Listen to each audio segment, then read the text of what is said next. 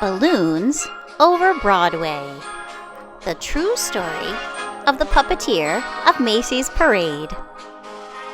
Written and illustrated by Melissa Sweet. Read by Mrs. Brooks.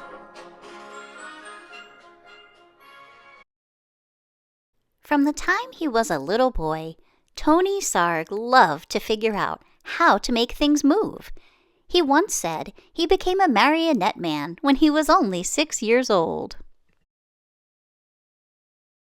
His father had asked him to feed their chickens at 6:30 in the morning, every day. Tony had an idea. What if he could feed the chickens without leaving his bed? He rigged up some pulleys and ran rope from the chicken coop door to his bedroom window. That night, he spread chicken feed outside the chicken coop door. The next morning, Tony pulled on the rope and the door to the chicken coop opened. The chickens ate their breakfast, Tony stayed snug in his bed, and his dad, so impressed, never made Tony do another chore. When Tony grew up, he moved to London, where he discovered that no one was making marionettes for kids anymore. So out of wood, cloth, and strings, Tony began to make puppets. He figured out ways to make his marionettes' movement so lifelike that they performed as if they were real actors. Word soon spread about Tony's amazing marionettes. When Tony moved to New York City, the Tony Sarg marionettes began performing on Broadway. In the heart of New York City, in Herald Square, was the biggest store on earth, R.H. Macy's department store. Macy's had heard about Tony's puppets and asked him to design a puppet parade for the store's holiday windows. So Tony made puppets based on storybook characters, then attached them to gears and pulleys and made them move. In Macy's Wonder Town windows, Tony's mechanical marionettes danced across the stage as if by magic. All day long they performed to shoppers jostling for a better look. But Macy's had an even bigger job in store for Tony.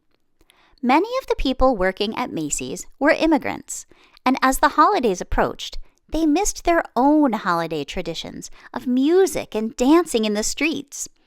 Macy's agreed to put on a parade for their employees, and they hired Tony to help.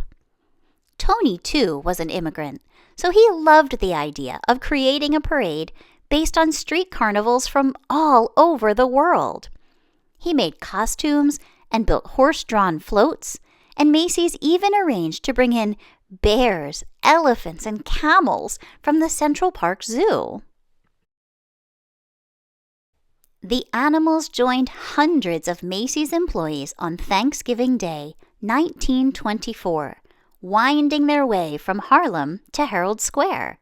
It was a dazzling parade. In fact, Macy's first parade was such a success that they decided to have one every year on Thanksgiving Day to celebrate America's own holiday. Each year, the parade grew. But when Macy's brought in lions and tigers, in addition to the bears, elephants, and camels, the animals roared and growled and frightened the children. Macy's asked Tony to replace the animals. "Tony, can you think of something spectacular?" "Okay." Tony hoped to replace the animals with some kind of puppets, but his marionettes were less than 3 feet tall. He would have to make much larger puppets in order for them to be seen in the parade.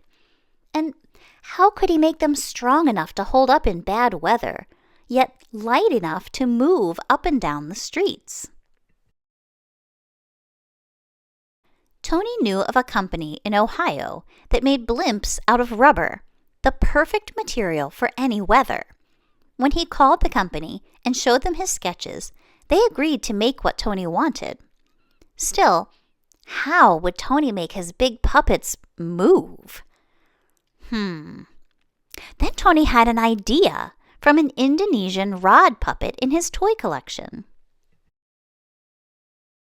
On Thanksgiving Day, Tony's creatures, some as high as 16 feet, spilled into the streets as the crowds cheered wildly. Part puppet, part balloon, the air-filled rubber bags wobbled down the avenues, propped up by wooden sticks. But now the sidewalks were so packed with people that only those in the first few rows could really see the parade. Tony realized his puppets would have to be even bigger and higher off the ground. And though the sticks helped to steer the puppets, they were stiff and heavy. Tony wanted his balloons to articulate, to move and gesture more like puppets. But how? With a marionette, the controls are above and the puppet hangs down. But what if the controls were below and the puppet could rise up? During the next year, Tony set his new idea into motion. This time, he asked the company in Ohio to make balloons out of rubberized silk, as strong as rubber, but lighter than rubber alone.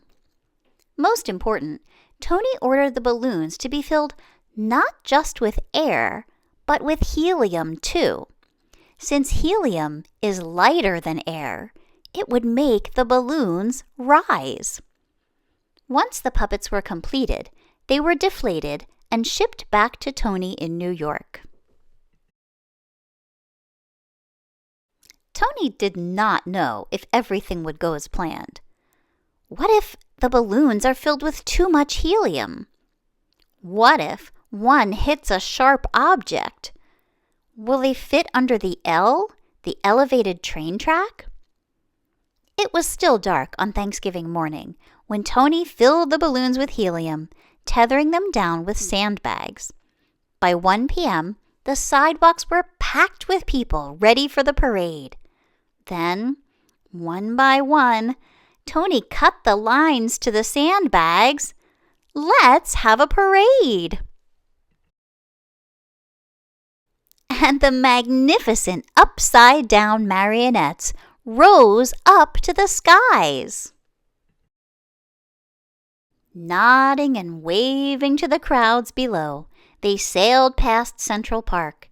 They sallied down Broadway. They shimmied and swayed through the canyons of New York City.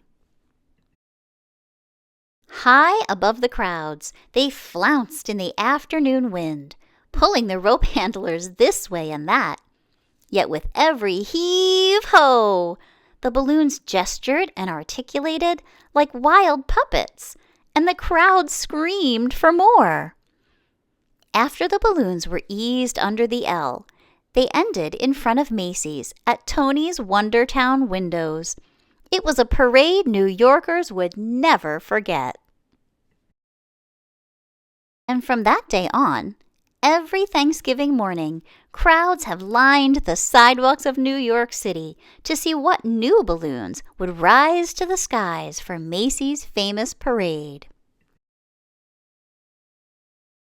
Tony Sarg, the puppeteer who loved to figure out how to make things move, had set the stage with a little rigging for a puppet to be anything anyone could imagine it to be.